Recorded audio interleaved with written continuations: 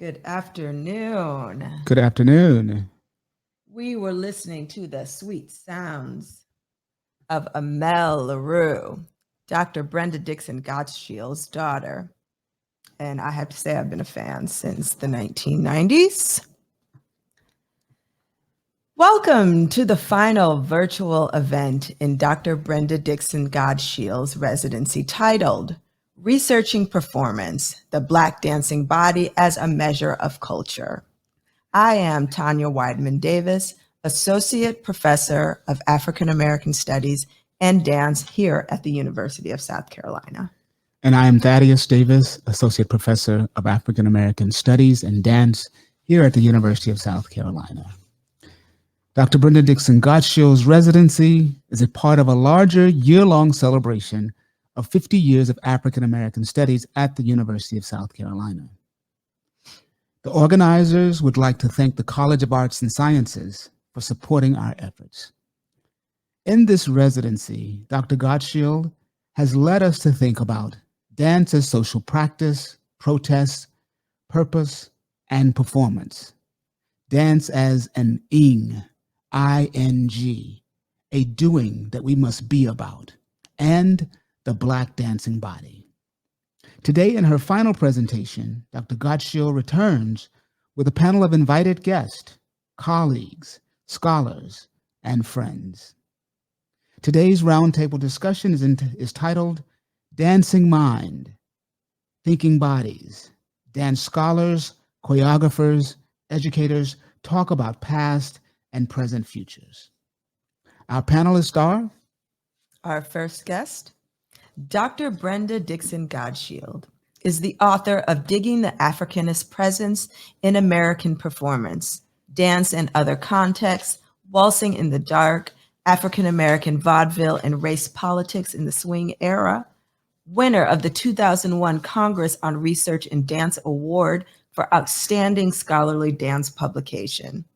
The Black Dancing Body, a Geography from Coon to Cool, winner of the 2004 De La Torre Bueno Prize for Scholarly Excellence in Dance Publication, and the Joan Myers Brown and the Audacious Hope of the Black Ballerina, a Biohistory of American Performance. Additional honors include the Congress on Research in Dance Award for Outstanding Leadership in Dance Research, 2008, a Leeway Foundation Transformation Grant, 2009, the International Association for Blacks in Dance Outstanding Scholar Award, 2013, the Pennsylvania Legislative Black Caucus Civil Rights Award, 2016, and a Pew Fellowship in the Arts, 2017. A self-described anti-racist cultural worker, utilizing dance as her medium, she is a freelance writer, consultant, performer, and lecturer, a former consultant and writer for Dance Magazine, and Professor Emerita of Dance Studies, Temple University. As an artist scholar, she coined the phrase choreography for the page to describe her embodied, subjunctive approach to research writing.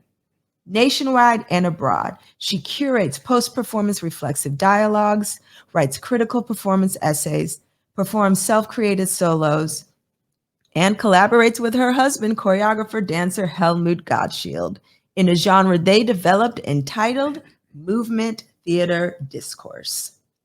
Our second panelist, Dr. Osumare, TEDx speaker, has been performing, teaching, and choreographing across continents for over 30 years, performing and touring with London Contemporary Dance Theatre and Rambert Dance Company across the UK, USA, and Europe. As founder and artistic director of Jazz Exchange Music and Dance Company, she was artist in residence at the Royal Opera House and South Bank Centre, UK.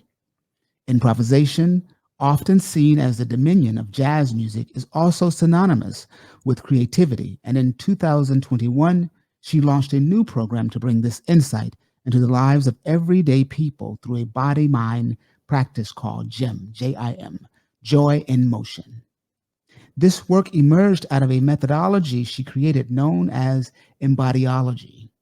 It originates from a study of improvisation identified within West African performance practices through which 6 principles were identified and iteratively tested in Western performance context to attain their performance efficacy. Committed to recognizing these origins, her organization gives royalties back to the rural communities with whom she studied Ewe dance and music.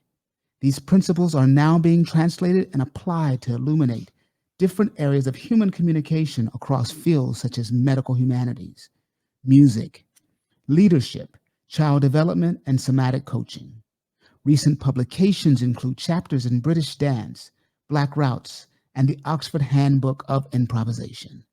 This virtual iteration, developed during this COVID-19 pandemic, led her to providing services to the Susan Samuel Integrative Health Institute at the University of California, Irvine, a former National Endowment for Science, Technology, and Arts Fellow, a UK version of the MacArthur Award. She began her exploration into performance and technology through a concept known as Text-to-Territory, produced by Future Physical.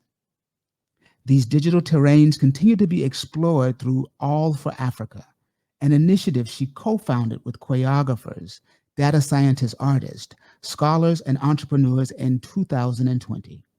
Alongside artistic practices, she continues her intellectual pursuits, receiving the African Diasporic Emerging Scholar Award from the Comparative International Education Society in 2018. As a public intellectual, she has been an invited speaker for the United Nations, Dance USA, Princeton University, Temple University, University of Wisconsin-Madison, Atlantic Center for the Arts, Florida, and New Waves Institute, Trinidad and Tobago. Additionally, in 2017, she co-founded the Africana Institute for Creativity, Recognition, and Elevation with Nganju Wa-Thiongo and Tiffany Willoughby Harold. Currently, they are showcasing a series called Pivot, Acre and Philosophy. Our third guest, Dr. Halifu Osumare, dance and Black popular culture scholar. Dr. Halifu Osumare is Professor Emerita of African American and African Studies at the University of California, Davis. She has been a dancer, choreographer, educator, cultural activist, and scholar for over 40 years. She was a dancer with the New York Rod Rogers Dance Company in the early 1970s and a founder of Black Choreographers Moving Towards the 21st Century, a California dance initiative, 1989 through 1995. She published the African-Ness Aesthetic and Global Hip Hop Power Moves, 2007, and A Hip Life in Ghana, West African Indigenization of Hip Hop, 2012, and was the 2008 Fulbright Scholar to Ghana. Her recent Dancing in Blackness, a memoir, won the 2019 Selma Jeanne Cohen Prize in Dance Aesthetics and a National Book Award from the B4 Columbus Foundation. Dr. Osumare was awarded the 2020 Distinction in Dance for Performance Scholarship and Service in the Field by the Dance Studies Association. For full access to this web stream, please view this event from YouTube Live.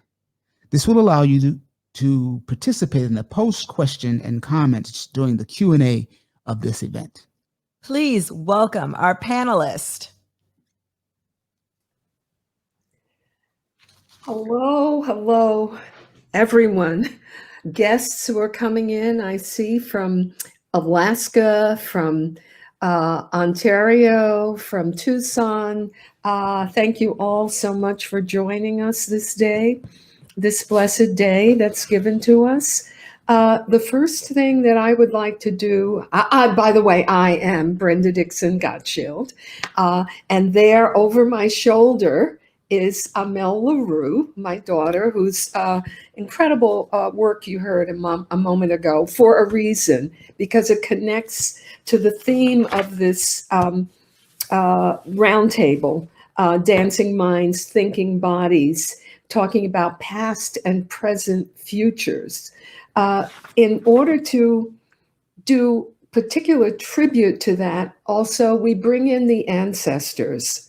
And I want right now to pay homage to a particular and wonderful ancestor who has recently transitioned, Dr. Kariamu Welsh. And I am, for this occasion, wearing this beautiful floating necklace that she gifted me some years ago. And I think it kind of represents that Libra that both of us are. It's kind of a floating and airy feeling to this amber. And what I want to do is my very makeshift way of pouring a libation to Dr. Kariamu, to all the ancestors far and wide, knowing that life is a continuity between past, present, and future presence, and indeed to acknowledge and bless her immortal spirit. So please join me in silently naming any ancestors. Ashe.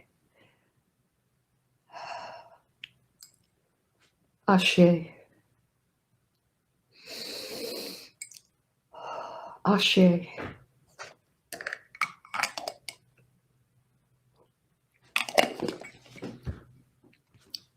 And with the spirit always with us, I just want to read the words of this particular song of Amel's that I had as the warm-up music. So, Orange Glow. I want to rise above my fears before they burn my solar plexus. Don't want to fight the new, just meditate on the state of what I'm changing into. Touch the light, orange glow to wash your soul, illuminate you. Out of sight, burn your house of pain and watch the flames ignite your breakthrough. I want to take that ride to the planet where the brave me resides, and I will face the fire, 'cause ain't no breakthrough gonna come without no sacrifice. I'm like vibrating as the liquid enters my fingertips, pulses in my veins, from my toes to my lips, fuels my brain, frees my pain, breaks my mental chains. Awakened I am as I blink on my third eye. One life have I, so it's time to live.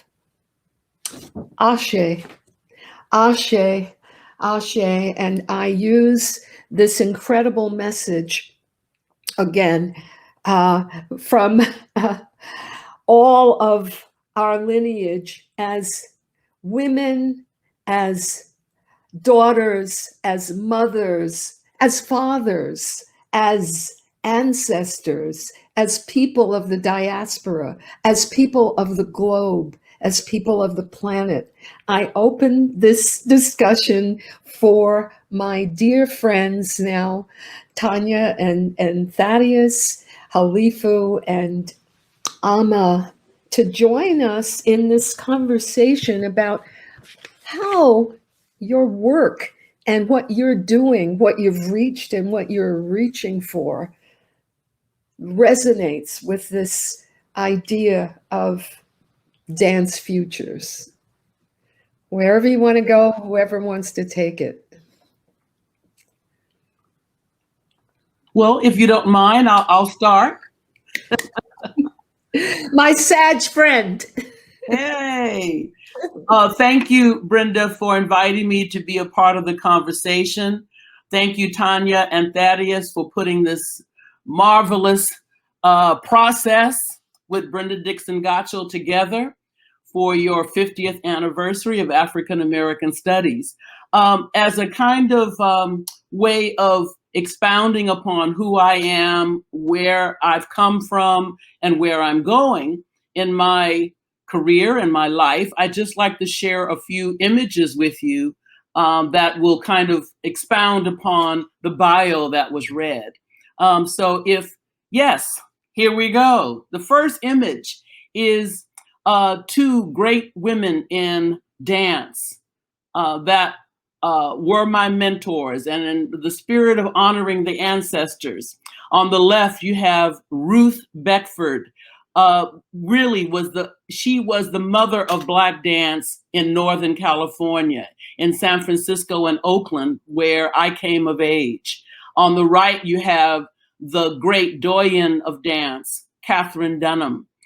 This was a photograph taken in 1976 when Miss Dunham came to the Bay Area, of course, after she had disbanded the Katherine Dunham Dance Company and was doing her great community activist work in East St. Louis. She came to the Bay Area to UC Berkeley, and there she is instructing Miss Beckford in a rhythm that she wants to use in one of her master classes.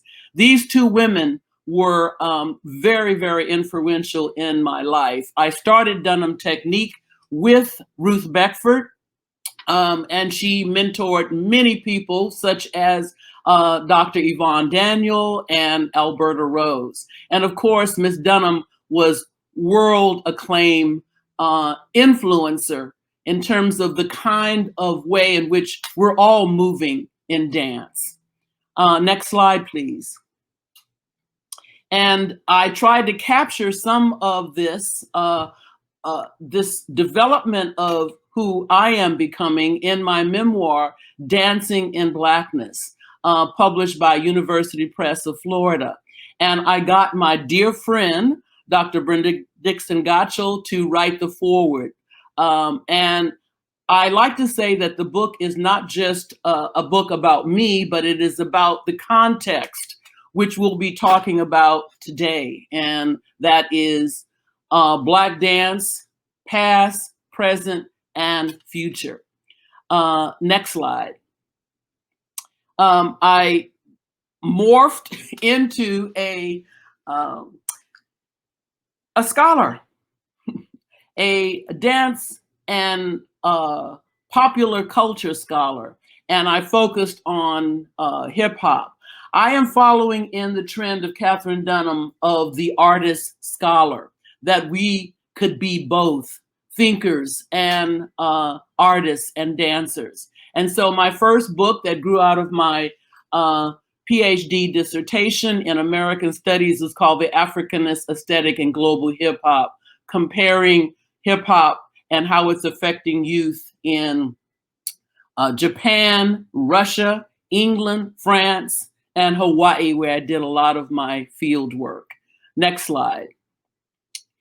That became a first book. Now the second book was a focus on hip hop in West Africa, specifically in Ghana, and a whole new genre of music and dance they call hip life.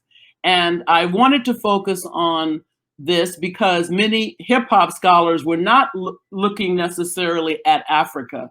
And Ghana had been my awakening and my home as far as West Africa, all the way back to the mid 70s when I first went there. And so I got a Fulbright fellowship, and I went to Ghana and stayed a half a year and got immersed in the youth culture of hip life there. And this book grew out of that process. The Hip Life in Ghana, West African Indigenization of Hip Hop. Next slide. This is the last slide. I returned to my roots. I returned to the great Katherine Dunham, who became really my spiritual mother. This is a photograph taken in 2004, and it was a festival in Miami, Florida, and she was teaching a workshop. I went over to her after she had finished, and we had this photograph taken. Again, I like to pay homage to my ancestral lineage in dance. Katherine Dunham is at the foundation of that, The Dunham technique continues to live, and I became the co-director of the Institute for Dunham Technique Certification to certify the next generation of Dunham teachers in the way that she wanted it taught. And that legacy continues today through me and many others. So I'll stop my sharing there just to let you know a little bit about who I am and my foundation in dance and in Black popular culture.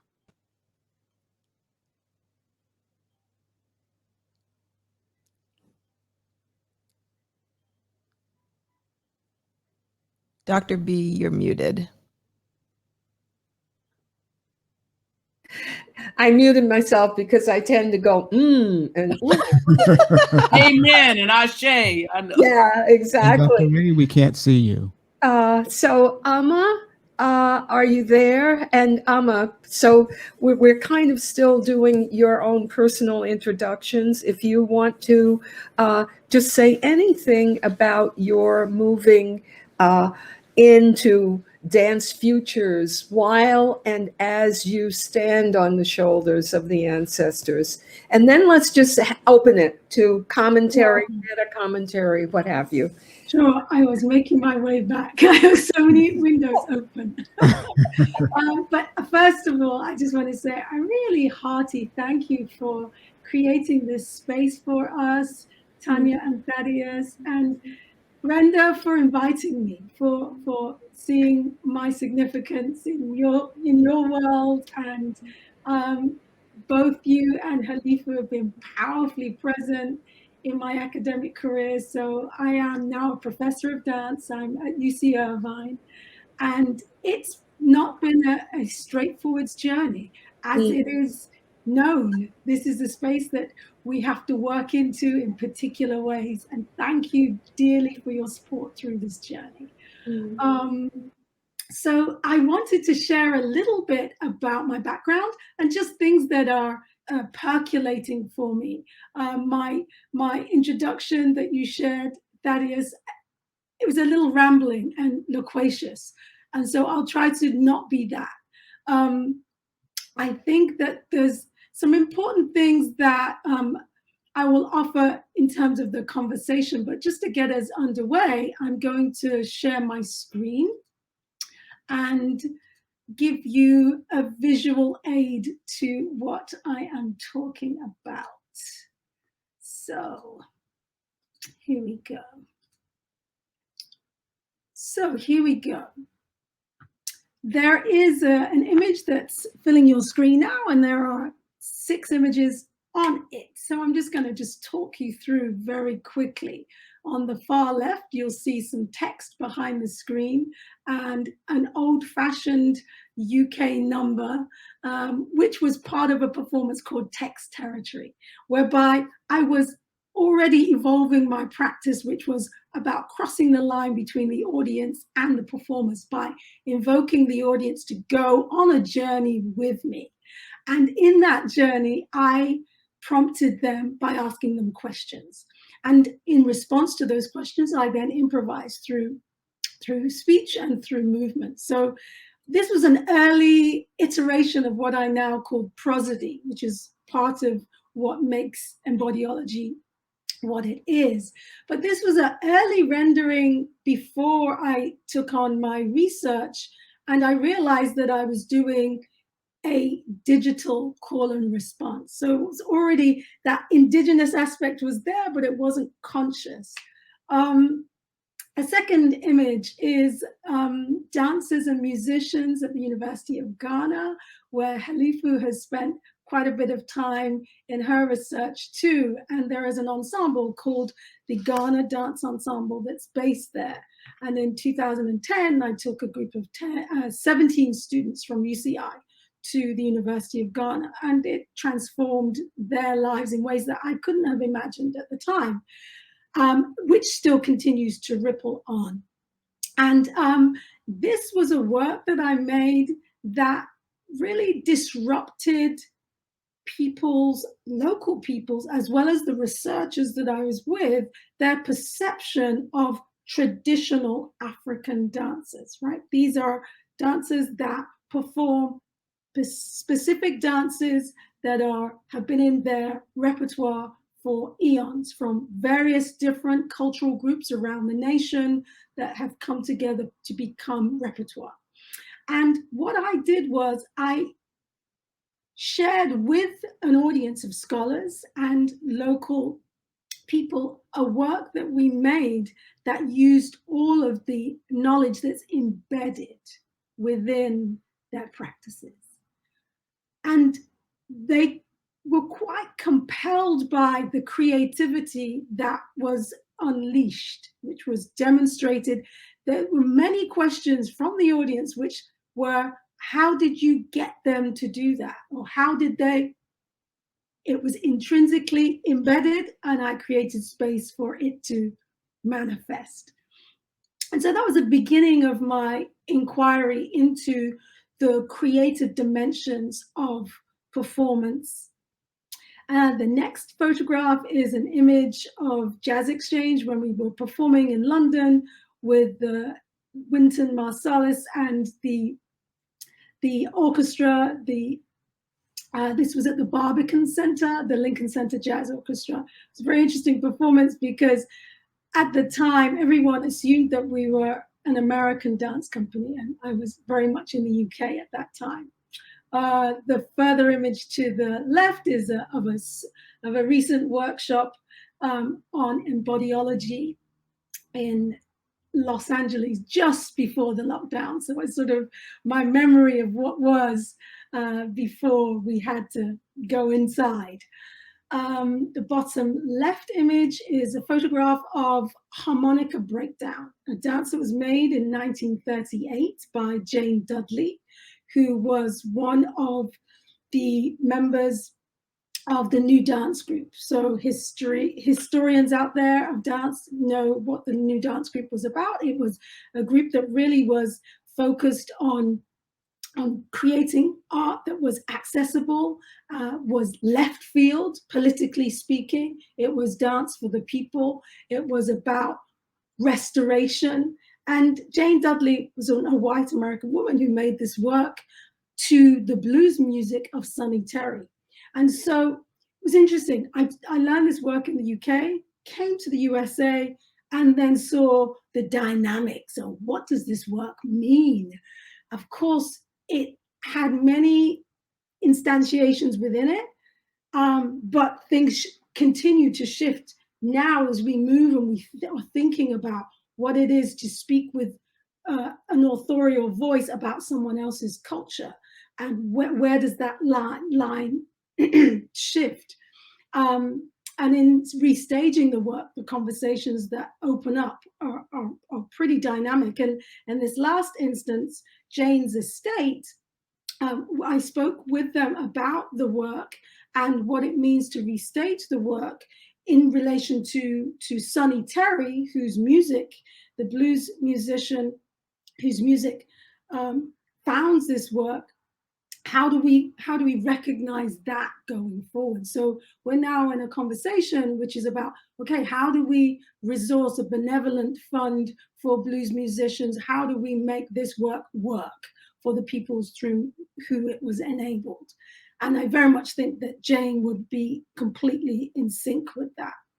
The middle image is a really interesting 4-hour 4-hour lecture that Wynton Marsalis gave at Harvard in 2011 about the lineage of African-American music and dance. And there were 6 dancers of various approaches, from tap dance to ballroom. And I was the maverick improviser, and Latin dance. And we combed through this story, and I was also supporting on the research end of things. And then the last image is AI for Africa, which is, as was mentioned, a new initiative that I've been part of bringing into the world.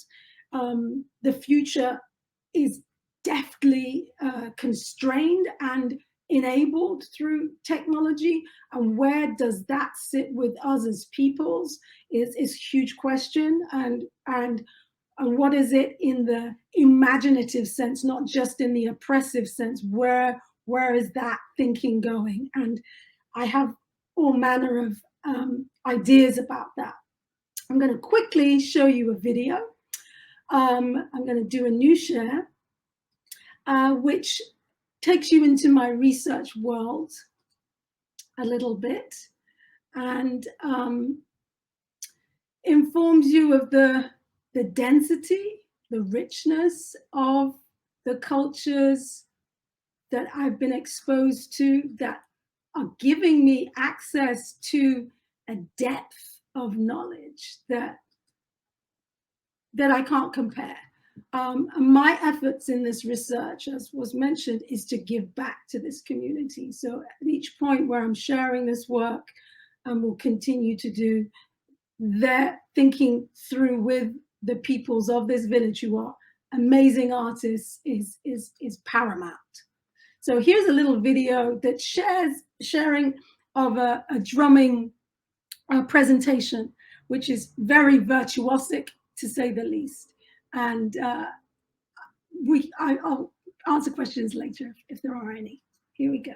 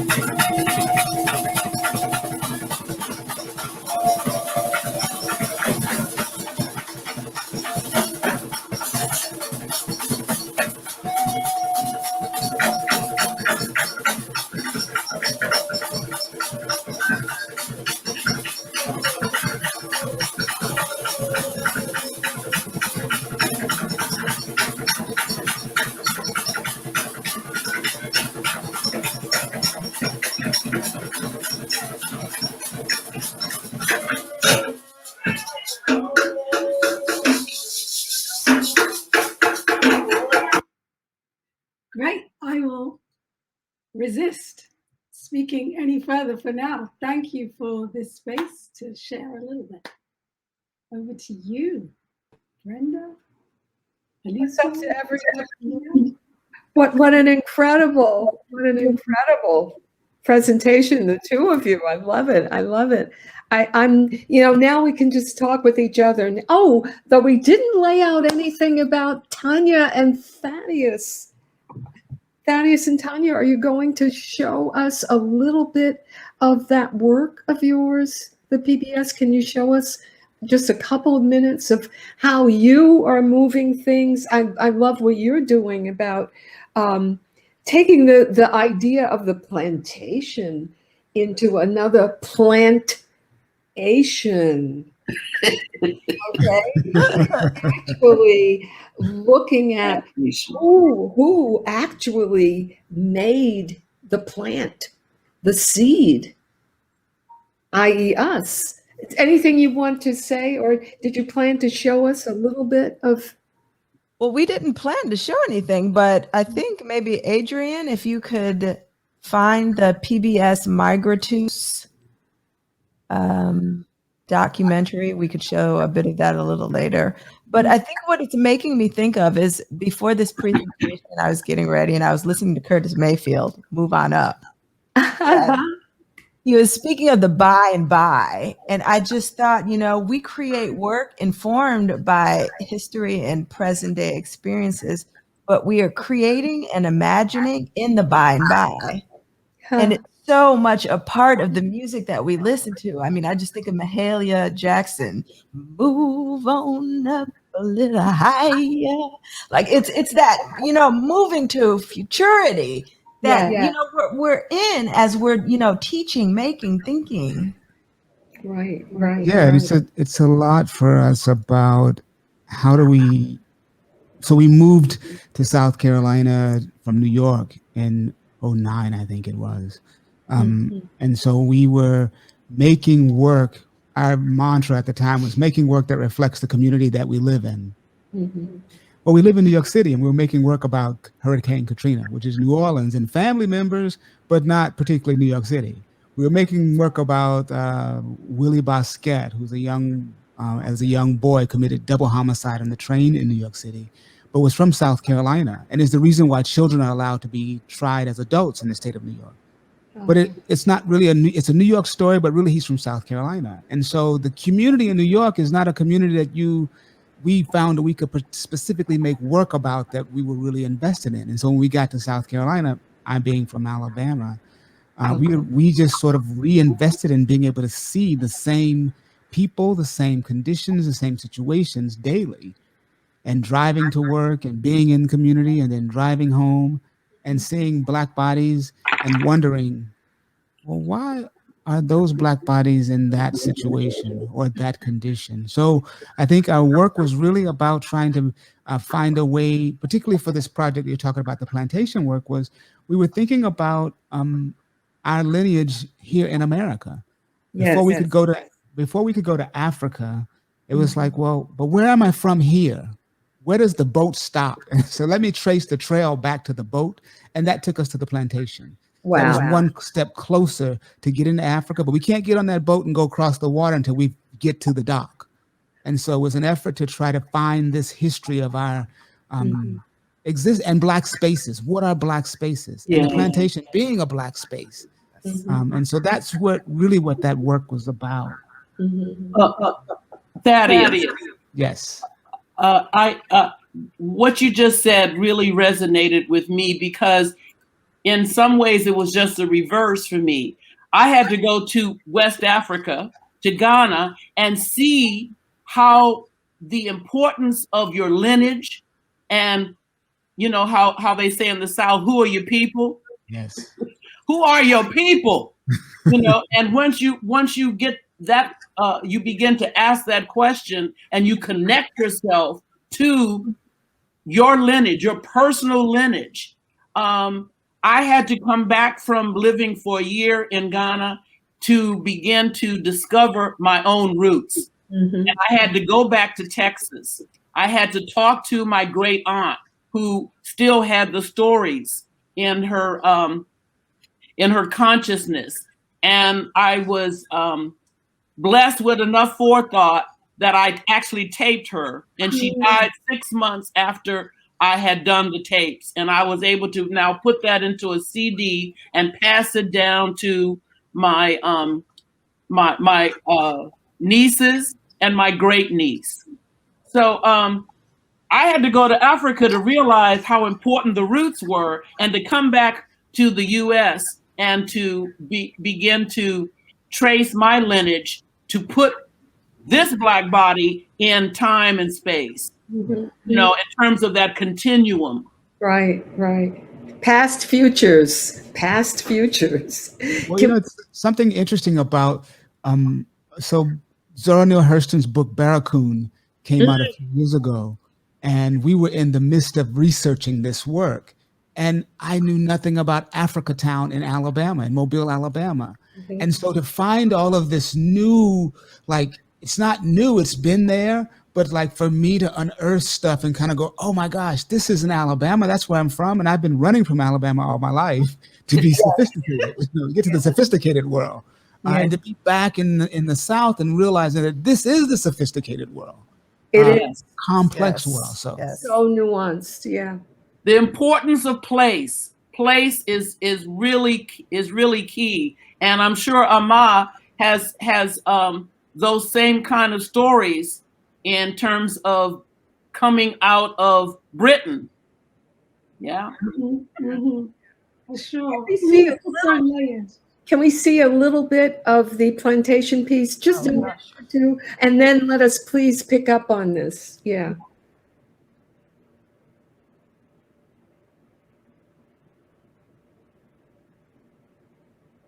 My ancestors came to the Wallace Plantation right after slavery, probably in the next 5 years. And some of my family lived here. Well, I had an uncle that lived on the property until the 1970s. And then I had another cousin that lived here until around 1990, 91. It's more common than most people would think. They were not slaves here. However, I have friends in the community and people that have come back for events whose ancestors were enslaved on this property, and a lot of them live closely. My great-great-grandfather is the person who founded the house, and it was built in 1841. It's been in continuous possession of our family. The house had been vacant for probably 50 or 60 years. I rather unexpectedly inherited it, and so that's when Theo and I began conversation in earnest about what to do.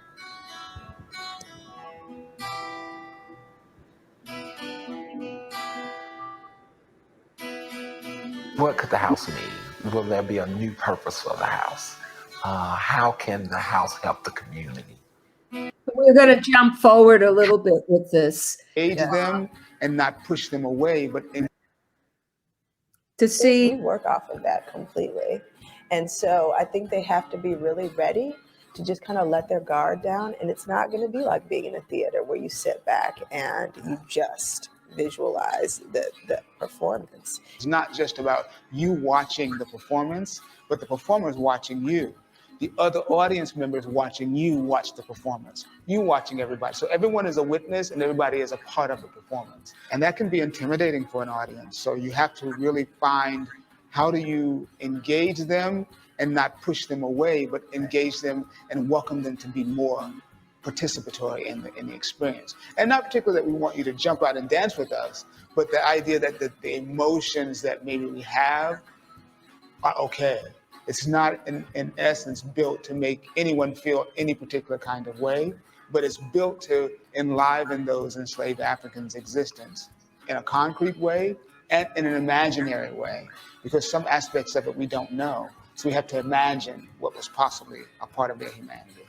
We also had to talk about not just the terrors of slavery, but the humanity of it and how those people were able to survive.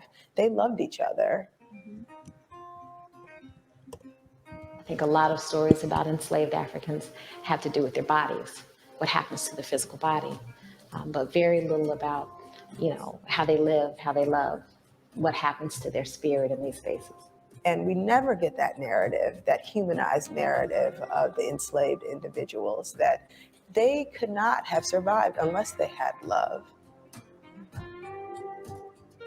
We can all come together and really see how We could the stop the elements video. of slavery. Yes, we can stop here. Great. And really, what a place to stop it on, this thing that we couldn't have survived without love. And, who said it, or what is the way? a song years ago, "Love is a battlefield," and love is a weapon. And I just, there's so much. We need about 2 hours for this forum. I like the question that Halifu had asked of Amma, and I have a little sense of it. Amma, coming from the UK, coming here. I'd love for you, Amma, to say something about why you wanted to be here in the battlefield, really. Sure. I think I was often described as an activist as opposed to an artist when I was in the UK. So I was a little bit ahead of myself, if you will. And so it felt like I was constantly, head against the glass ceiling and just needing to keep moving. However, when I came here, it was a different kind of affront in terms of racism. In England, racism is like a ghost. It's there, keeps you awake at night. You can't touch it, but it's there and it's in everything. In America, it's much more in your face, it's direct. It punches you every day. You're assaulted by it directly, indirectly every day. So it was a whole other kind of pressure cooker. But at the same time, the effects of the intolerance of European sensibility to Africanness, the outcomes are the same. The pathologies and the degradations of our cultures, the outcomes are the same. So when you look at, underserved communities in the UK or the USA, the sufferation, or in South Africa, the sufferations are totally in parallel. The prison populations totally in parallel. Yes, we don't have the same level of gun violence because guns are not legal, right? So, but at the same time, coming here was an opportunity to think again, to rethink about, well, what is it that I am doing? I was very invested in jazz and have been for decades. And jazz is an American art form, and people here respect the art form. It's an art form among many in the UK, right? But here, this is where there is an investment. And then coming here and then seeing how actually it's contested in so many ways, particularly in dance, and particularly not regarded as rigorous or even really contributing to the milieu of what dance is. Well, when you think about the antecedents to jazz, we don't have an entertainment industry without minstrelsy, right? And so on and so forth, right? So yeah, it's as complex as anything. And so for me, the journey to the motherland was about the future, because there were certain answers that I wasn't finding just by looking at the result of struggle, right? There's things that precede that are, as you just saw, the virtuosity in that drumming precedes what we know in our musical forms, right? Everything was carried in our bodies, but those seeds are still blooming and constantly shifting, as Halifu's work demonstrates in terms of hip hop. So yeah, I'll just take a pause there. Yeah, improvisation. And I mean, I feel that even in the whole idea of plantation, the whole practice of living in enslavement, I think it was a living improvisation of ways to get. And I'm thinking about two novels, the incredible one by Octavia Butler. Okay, and I'm trying to, now the name is leaving. Kindred, right, where she goes, and there she's doing future travel, going back and forth in slave time and coming out of it. And then, of course, and these two novels really, people, whoever's listening, these should be on your must-read list. Kindred by Octavia Butler and The Water Dancer by Ta-Nehisi Coates, in which, again, this sense of traveling through spirit life and through love. And definitely it's always about love, and it's about spirit life, grounding us in the present in order that we might have a future, if you will. And I think the fact that we're saying all of these things about being in the motherland, being in the Southland, being in the East or West, this is all pulling it together. Halifu wanted to say something. Well, in talking about those novels, I think we can't forget Beloved by Toni Morrison. Yeah. Okay, because, you Yes. know, talk about the spirit world, you know, and love, because the Yeah. story was based on a slave woman who escaped and did not want her children to be brought back to that system, and was willing to, out of love, Exactly. kill her children so they did not have to be slaves. Right. And the spirit of that child coming back and haunting Right. haunting her, you know, in a way that was really an interrogation of how we can stretch that idea of love. Mhm. You know, how we can stretch it from past, present, and future, and that the dead are not dead. Right. You know, they are constantly revisiting us, sending us messages, and that novel, you know, which Oprah Winfrey made into a movie, Right. Beloved, was a quintessential example of how we explore all those dimensions. What's interesting is also the African roots of that idea of the spirit child.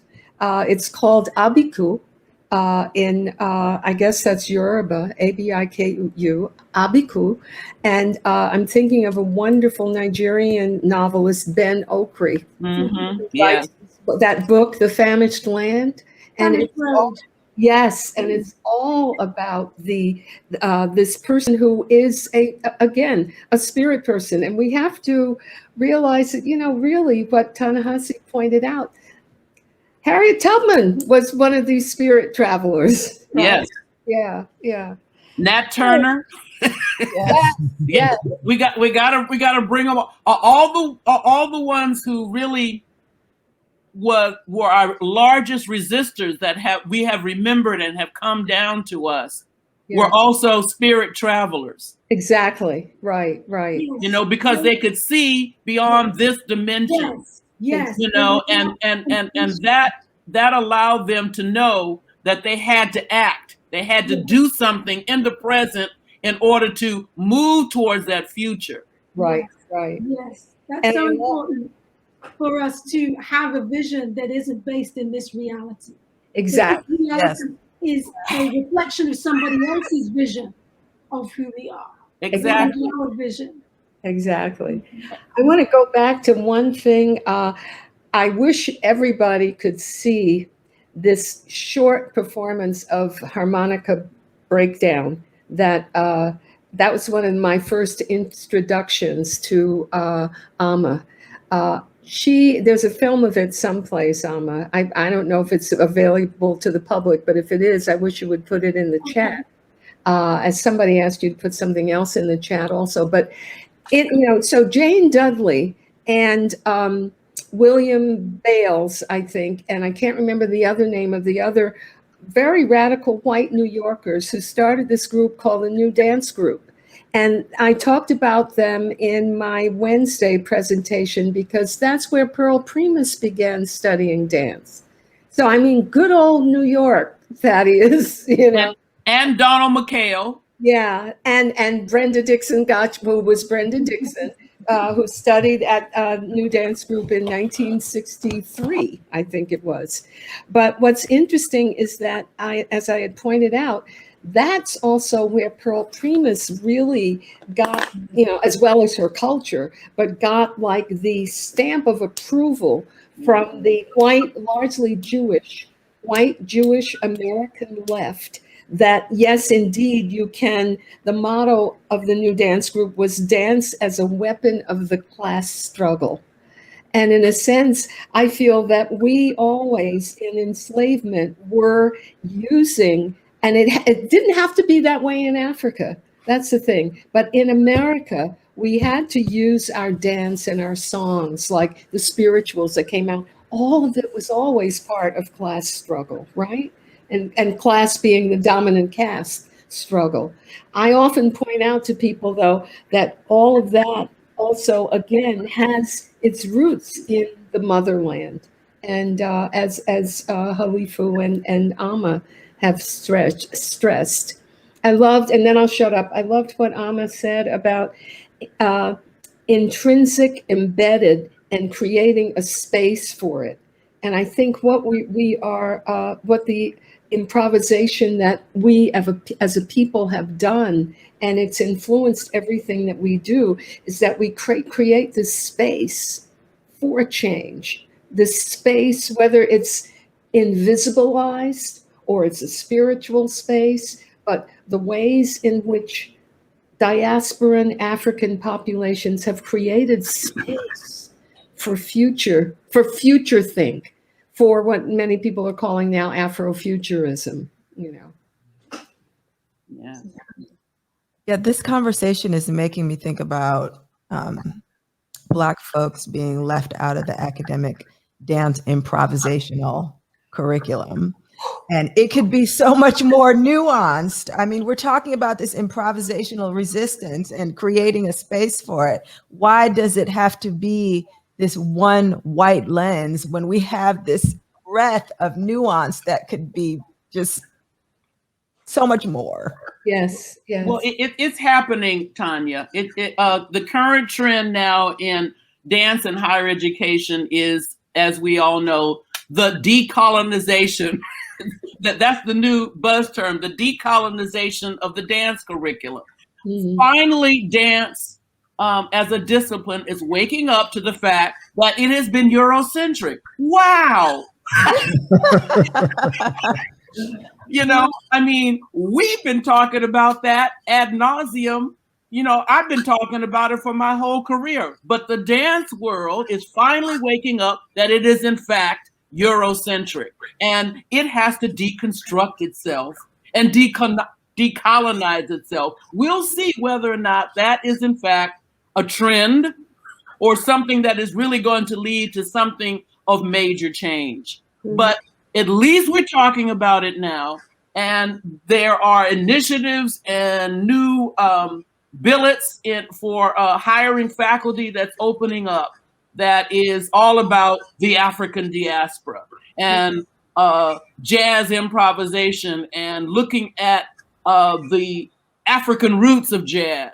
All of that is going on right now in the dialogue in terms of dance and higher education. Amma, you wanted to say something? Sure, of course. Just to speak to your point very directly, Tanya and Thaddeus. So my work directly is not a response to that, but is a recognition of what it is that's embedded within our creative ways of knowing, being. And so embodiology is a technology that enables, from the virtuosic end to the community deep engagement, the Ubuntu sensibility, mm-hmm. right? Mm-hmm. So it couldn't have arrived before it did, because the work that Brenda has been doing, Halifu, many others that we can name, had to happen in order for us, and Catherine Dunham's work, I mean, powerfully important in terms of recognizing the aesthetic and the principles that make African forms visible to people, right? As opposed to, oh, that's just what someone else does. That's somehow natural, right? So their work has helped us to really see. And so improvisation, Diane McIntyre, forever, her work has been steeped, but she and I had a conversation about this, and she said that for many years she had to keep it quiet because it would be perceived that her work was not rigorous. Exactly, right. And right.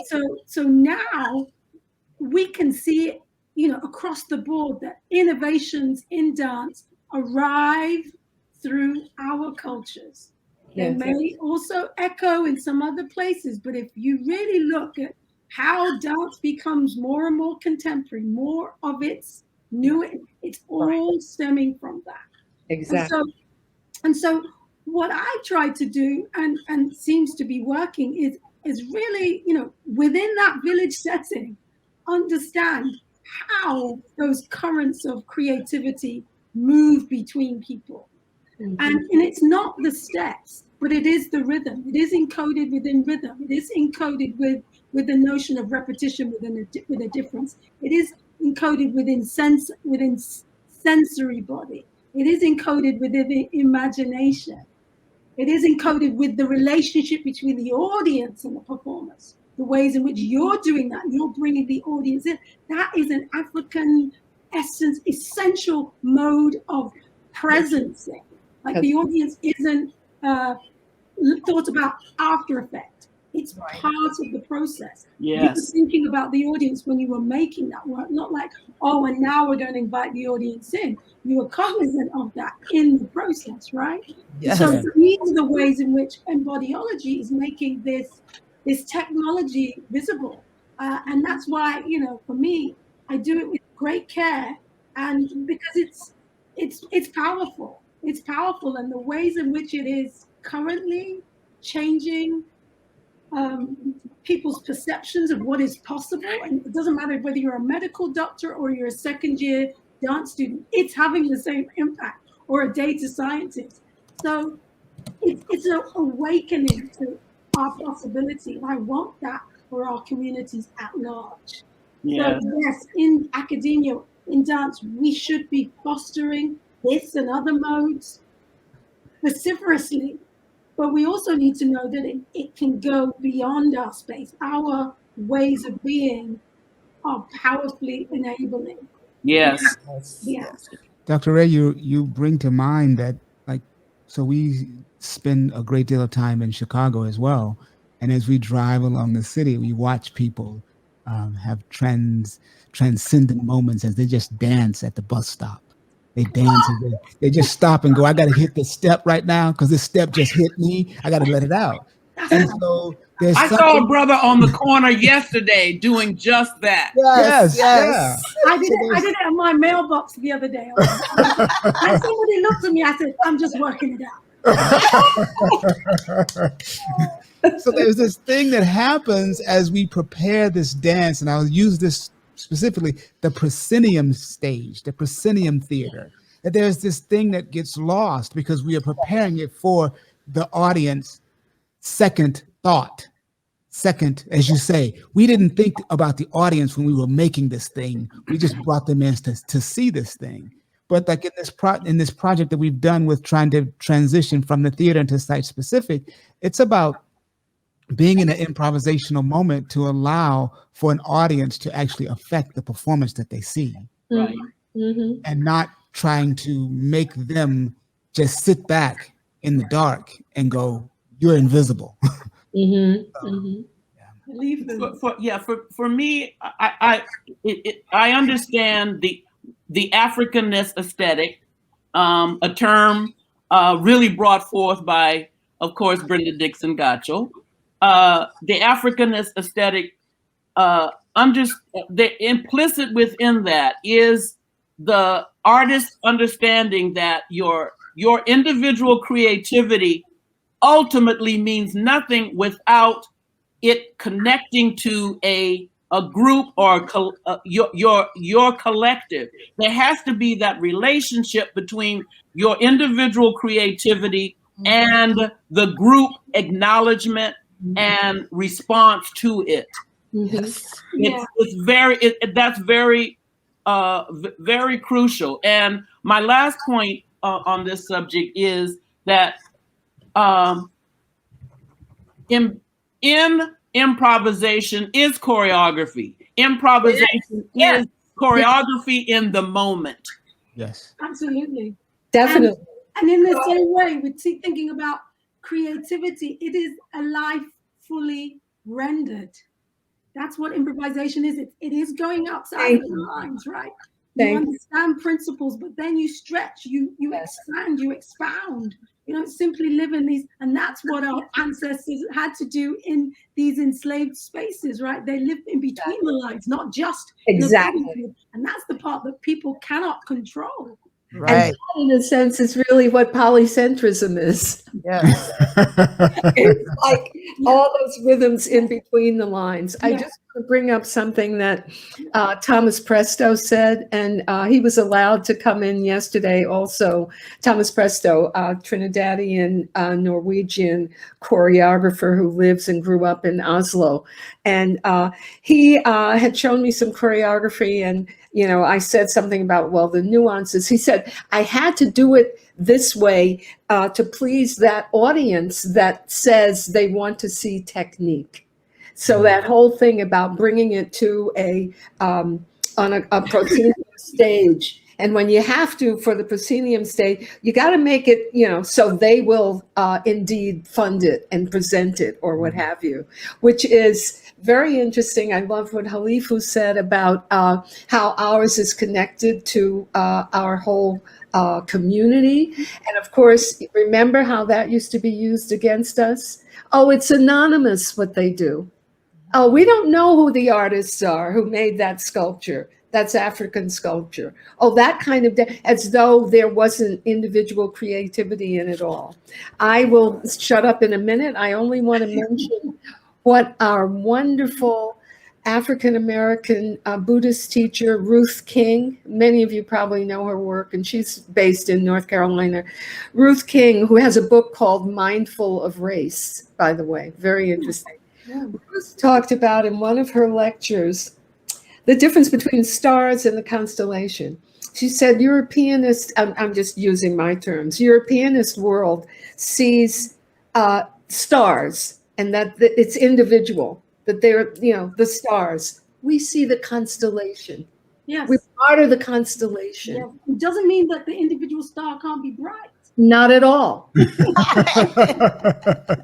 what I mean by the virtuosic and then the community, right? Exactly. Coexist and the recognition. Right. And also the humility that star will have, that it only gets to shine bright because there's a community. Of the whole Right, right, exactly. And we were always looking for that North Star, the end of the handle of the Big Dipper.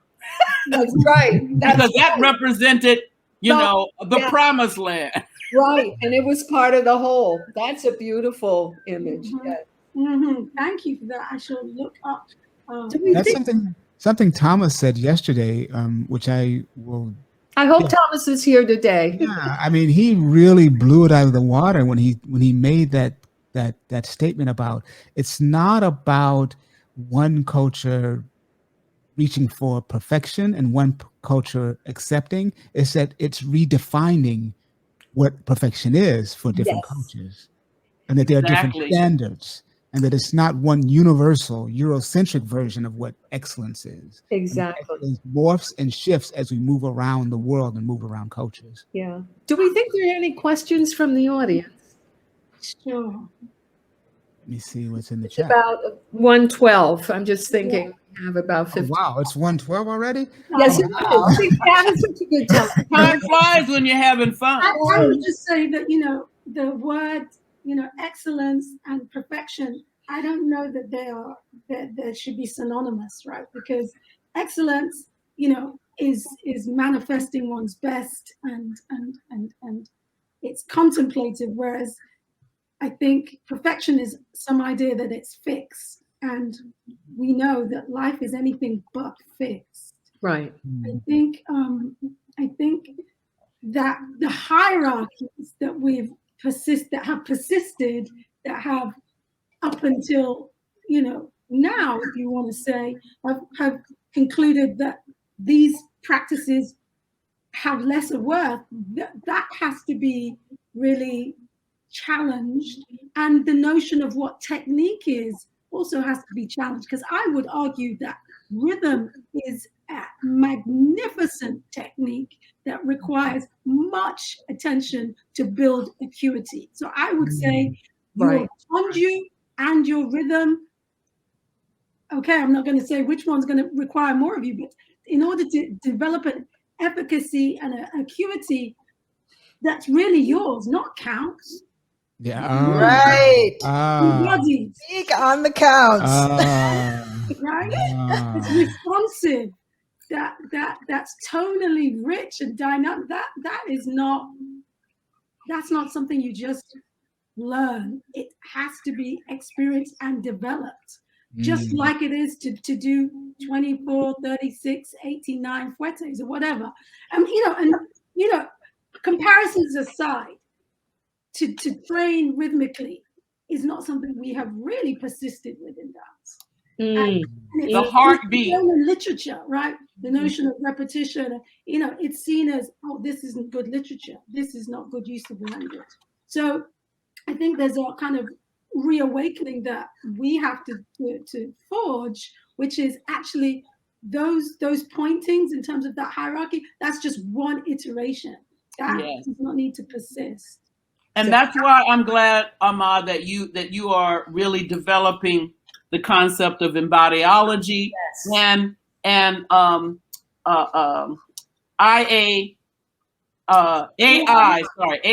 for Africa, because that is that whole unit is really going to really explore this idea of the future from an African perspective. And that's what the world is missing. Yes. Mm-hmm. Mm-hmm. But it's within us. It's there. It's the heartbeat. Yes. Yes. And the breath. Yes. That's exactly where Alma starts when she does her embodiology workshops. I was in terrible straits in April of 2020 when my oldest, dearest friend passed away from COVID. And I hate to say it, but in desperation, I went to Alma's classes, and what a wonderful uplift. Difficult for me spatially to deal with learning in Zoom. I don't know how other people are. I almost feel dyslexic with it. But again, that very Africanist perspective, though embodiology seems almost global, universal, but she's working right from breath and heartbeat and finding finding the temple of yourself. And I think that really is, if there is a strength like Cheikh Anta Diop in The Origins of Civilization, talks about what is the strength of the people of Africa, and something about the temple of yourself, your true temple someplace, that has given us a kind of resilience that could make me cry. It's just, it's just, Well, it's one thing I don't want to be the downer, but I also want to give us a moment to talk about this academic space. As the elders have been through the academic space and have achieved, Thank you. As Dr. Wray has achieved the highest honor of professor, and Tanya and I are in wherever we are in that process, we want to have a little bit of a moment for us to get some information and have a few kick that ball around a little bit. I came out of academia long ago, before Halifu and Alma. I think that either of you should pick up on this, because things have changed radically since then. And for me, I had a really supportive faculty. I brought something new, and they really saw that. I mean, including my husband, who wasn't my husband then, who then hired. But he said he could see from the CV that this is a woman who has a mission. And they didn't, that they had other people on the faculty, who were doing basically American modern dance, even Eva Golson, who was African-American. And so it was because of their support that I was able to really develop my theories. And also, I didn't have a problem moving up the line to professorship. And I know it's different for other people. So I know how different it is at the UC system, okay? This was Little Temple University. And so you should speak. Well, I'll go next, because I'm recently retired, actually 4 years retired. But you're right, Brenda. That same experience does not exist nationwide. Right. And because academia is talk about spaces. Academia is basically white, a major white space, and the European Cartesian way of thinking. I think, therefore I am. Whereas we're coming from, I move, we move, therefore we are. It's just the opposite. It's oftentimes very difficult to get tenure. And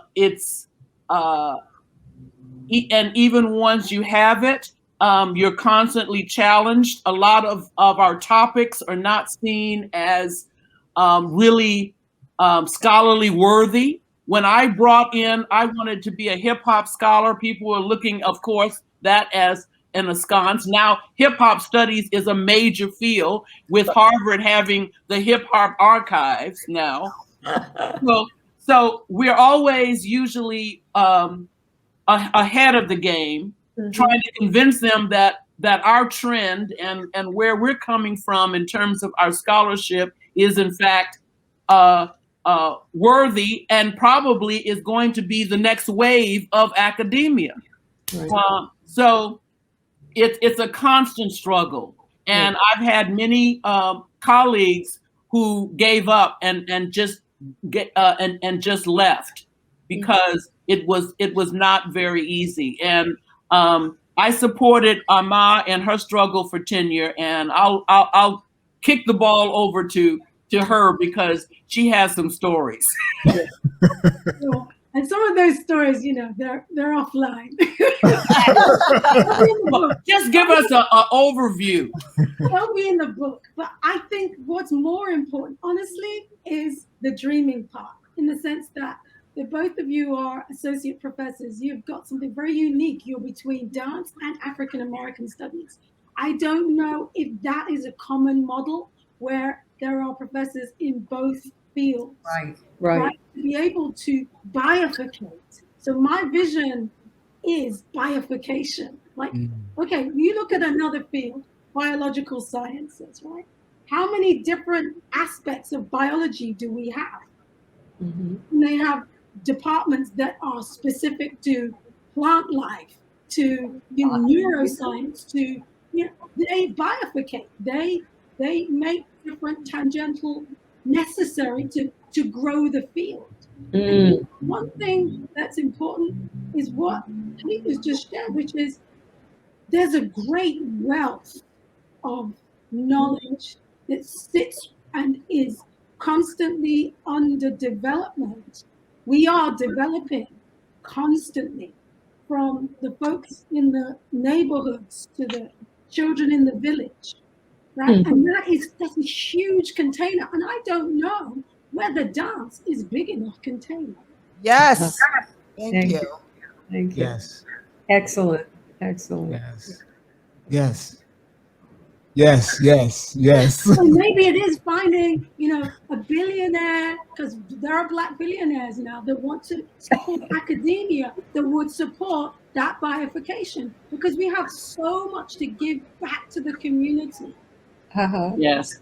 Right? So it's not just about the aesthetic of putting the thing on. It's changing. It's healing. We need to talk to Kahindi Wiley. Those billionaires out there will find you in South Carolina, and the vision that you have to help build that between dance and Africa. What is that new tributary? What is that? Let's talk to Oprah. Let's talk to Kahindi Wiley. I can mention now that I came out of African American and African Studies. Right. And we had an alumni, a Black alumni of the University of California at Davis, Daryl Goss, who just gave our department $1.5 million for an endowed chair. That is the kind of process to help change the entire structure that needs to happen. Our folks of means need to step up and show that we can, in fact, endow ourselves to be the brilliance that we know that we have. Yeah. And I was so proud to see that. So we now, that department is getting its first endowed chair because of a major Black donor stepping up and saying, this is important. This field is important to the entire university. Yes. And I think the other piece of that is what we see happening in HBCUs. So again, to think of now, I hope that we don't necessarily see everybody wanting to go to Harvard or Yale, but there are people who want to go to Howard and Spelman and Morehouse. And the Morehouse alum who wiped away the debts of the graduating class at which he spoke, and then did that again the next year. And all that we see happening recently with Howard University, the people who are coming in now. So again, my sense, of course, we don't have the means to do it, but I wish we would do, and it sounds almost like segregation, but I am not Booker T. Washington.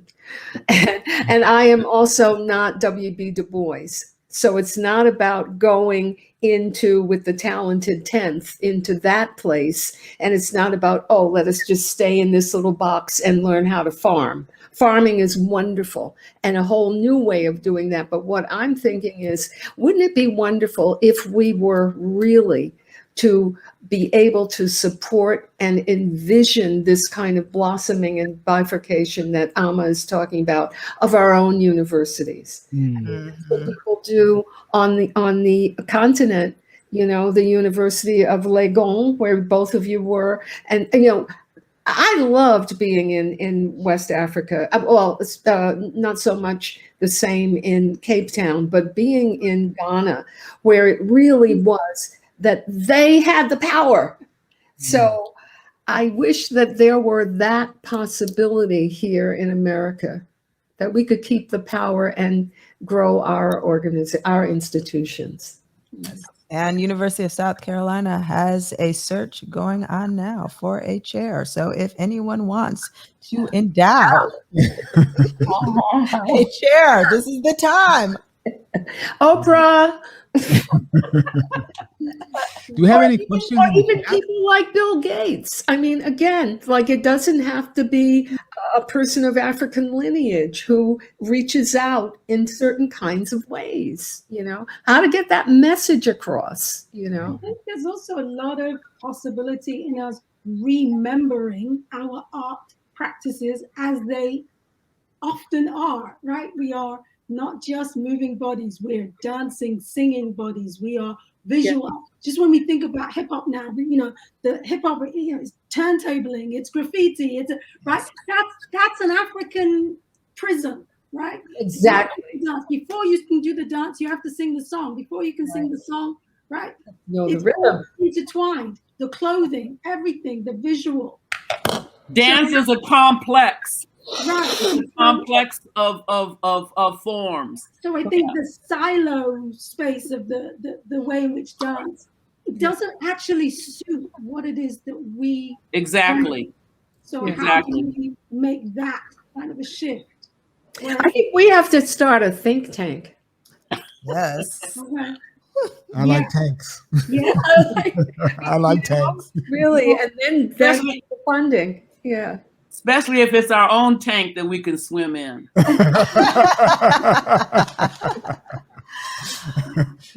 Well, we are almost out of time. We didn't get any questions, though. Let's answer one question before we go. Are there any questions in our chat? There was one. There was one for me. Okay. This one is to Dr. Brenda. Do you have any evidence that the connections you emphasized and were contested between Balanchine and Africanist aesthetics are taught and emphasized in dance practice and education? Now, I'm going to throw that out to all the rest of you, because you're in it right now. Is it really, or is it the way it was like even 15 years ago when people would say, like Jennifer told me this, she said when she was studying in graduate school, they said to her, oh yeah, that digging Africanist presence, it's an interesting theory. Yeah. Okay. And I think that question did come from Jennifer Marinsky. Yes, so Jennifer is online. Okay, yeah, but oh really? Oh, that's Yes. from Jennifer. Okay, Yes. and Jennifer told me that when she was in grad school, it was simply thought of like as oh, it's interesting over there. But how all of you are in or recently in academia, is that stuff now taught and emphasized in dance practice and education? We're teaching it. Yes. I teach it. I don't know how widely though. Yeah. I don't know how wide. At the recent Dance Studies Association conference that happened at Rutgers, I was asked to invoke a movement from the jazz dance artist Fred Benjamin, the late jazz dance artist Fred Benjamin from New York, and I chose a kind of movement that I remember seeing in some of his choreography, where the hip leads the movement into a passe, and you reach out, but it was that asymmetrical where the hip is headed out through a passe and you land in a kind of lunge in that asymmetrical pose. Yes. Yes. Yes. Yes. And in showing that movement, well, people joined with me and felt themselves. And I said, and this is one of the jazz contributions to what we now call American ballet, Balanchine's American ballet. That those asymmetrical lines that he created as a part of the neoclassical repertoire comes from jazz and the jazz aesthetic and jazz dancers that he saw and worked with, like the Nicholas brothers, like Catherine Dunham. And so I think those of us who understand that are using it. I don't know how much is entrenched in regular dance classes and dance history classes. Yeah, so the answer is, Jennifer, I really don't know.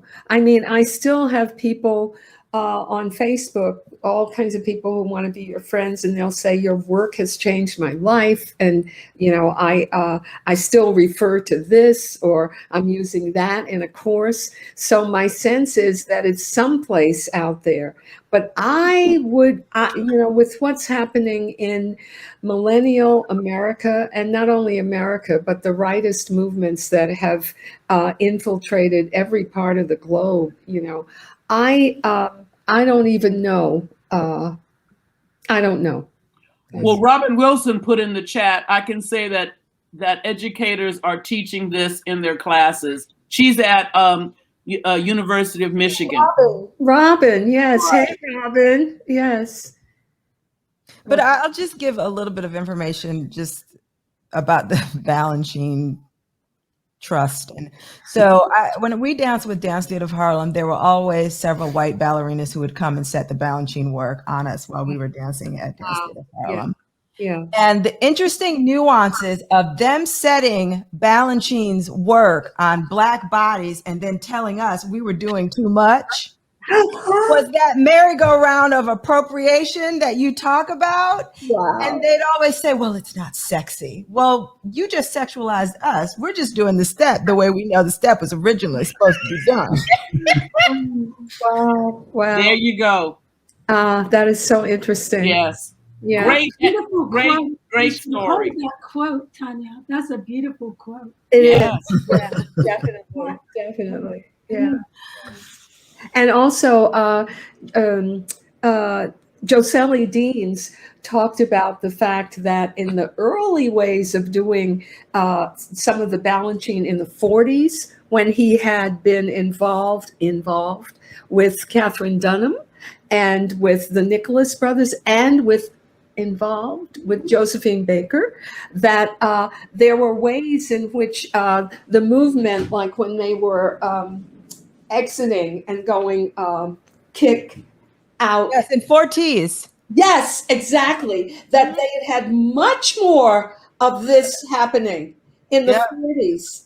And that as the choreography, and especially after he passed away in 83, that those things were taken out of it. Well, So- every ballerina that sets the work now says, "Oh, we don't do it that way anymore. It's not that." Okay. Yeah, and I can remember specifically a part of what was it, Melancholia, and there's this one section where the man and 3 women danced together, and it was like it used to be an arabesque, a lunge to arabesque, and then they came and they made it tendu, and it's like, we changed. I said, We changed that. Well, he's dead. How can you change How did it? you change that? How can you? How did it change? If it was what we have the video from when he was alive at DTH doing it, and now it's a different step. Like we changed that. And it becomes verticalized and whitened. Verticalized, exactly. As time goes along. So And that's so And then Mr. Mitchell would always come back and totally change it back to what it was. It ain't that. It's not that's that. not what it is. No. It's vulgar. Do it this way. Do it this way. See, and that's interesting because Halifu is mentioning how the jazz dance thing is in academia. Then on the same hand, you have the ballet world trying to strip it of that. yes. Era. So we're constantly in a dialogue of contestation. Exactly. We and that's what we see, because you mentioned our larger political world that's really become, before our eyes, very right leaning towards fascism. The idea that it's going too much towards the direction of change. It's going too much towards the direction of people of color coming into their own, finding their voice, and being in the center. And so the contestation against that is what we see happening, and because they do not want to give up the power, and that's all the way from politics to academia to the arts world. Right. Yeah. And my understanding then is that academia, because there are more of us who are entering now than there were when I was in the 1980s, that's become harder. It was probably not so hard for me because it was 40 years ago, Hey, folks. Oh, we really have to stop. Oh my gosh. We're over. Great. Yeah, we could definitely go on with this. I'm loving it. Yes. I think somebody should apply for a grant at their institution, whoever that is, that there should be a 1 day maybe conference where we would have like a workshop, a kind of talk workshop in the morning that people would come to attend with us, and then breakout groups in the afternoon where things would be discussed, and then a plenary session in the evening. That it should be well funded, though. You orchestrated, Brenda. Yeah, I mean that's my point. Well, thank you so much. Yeah, we have Dr. to thank you Ray, all. Dr. Thank you. Blessings. Osumare, Dr. Godshield. Thank you so much. I mean, this was just great. And this last 3 days or 2 days, including 3 days, including today, has just been really amazing. And we want to thank you, Dr. Brenda, for having spent time, been very considerate of your time in helping plan and guide and nurture and mentor, as you always have in your books and in person. And so we just really we're so happy you were part of the 50th anniversary of African American Studies here at the University of South Carolina. And hopefully it'll be another 50 years. And this program, we hope, will transition from a program to a department. Wow. And so your contribution will assist in that moving forward and showing us the importance of what we do. Thank you, and so glad Thank you. to have my colleagues and peers here, Dr. Ama and Dr. Halifu. Thank you so much, really. really. And Robin has written, thank you, really affirming and inspiring. And I'm so glad. I think this is recorded. And so, yeah, it will be able to be accessed again in some other way. So I think we can sign off for the public, and we'll just kind of hang out in backstage for a little minute. Thank you all. Thank you, audience. Thank you all. Thank you. Good afternoon, everyone. Take care. Bye. Bye.